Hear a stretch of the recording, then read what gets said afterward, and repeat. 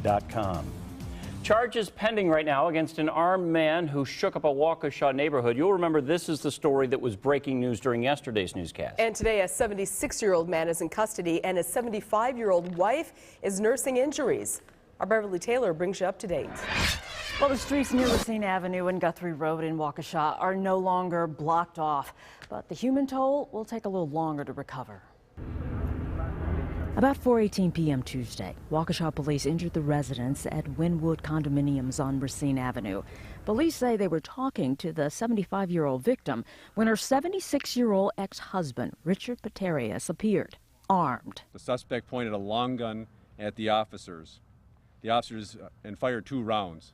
The officers then returned fire and disengaged out of the residence with the victim. In fact, Police Chief Russell Jack says in the end, the officers had fired off 26 rounds inside and near the apartment, a residence with a history of domestic-related incidents.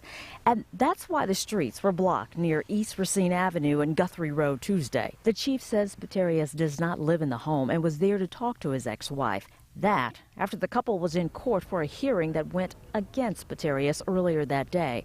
Although his intentions are unknown at this time, this could be a clue. The suspect did make remarks to his daughter that he was married 53 years ago.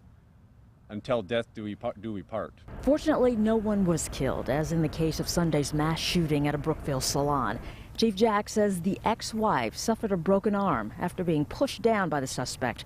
An officer also received minor injuries. One officer suffered a minor grazing head wound, possibly caused by debris from the round fired from the suspect. Both officers are currently recovering emotionally from this very traumatic incident. Paterius was put on a domestic abuse temporary restraining order back in 2010, and police say that order was violated Tuesday. Paterius faces a multitude of possible charges. Police are recommending domestic and substantial battery, violation of domestic abuse injunction, and false imprisonment. There may be gun-related charges as well, as investigators determine his intent when firing at officers. Paterius could be formally charged as early as tomorrow. Ted and Mary? We'll follow up then, Beverly. Thank you. Boy, the teeth really coming out in the race that pits Tammy versus Tommy, the campaign for the soon-to-be-open U.S. Senate. The emotionally charged issues